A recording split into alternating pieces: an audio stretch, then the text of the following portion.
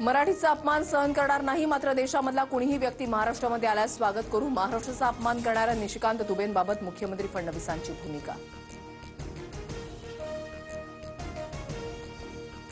मराठी आली पाहिजे, मात्र भाषेच्या नावे हिंसा होत असेल तर त्यावर कारवाई करणार. मुख्यमंत्री देवेंद्र फडणवीसांचा ठाकरे बंधूंना इशारा. मराठी भाषेसंदर्भात आम्ही हिंसाचार करणारच, काय करायचं ते करा. संजय राऊतांचं मुख्यमंत्री फडणवीसांना आव्हान.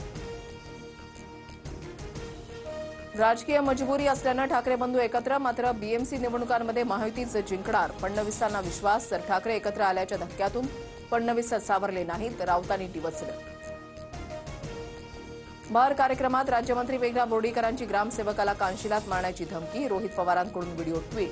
तर लाडक्या बहिणीच्या हक्कासाठी राग व्यक्त. अर्धवट व्हिडिओ टाकून जनतेची दिशाभूल. बोर्डीकरांचं स्पष्टीकरण.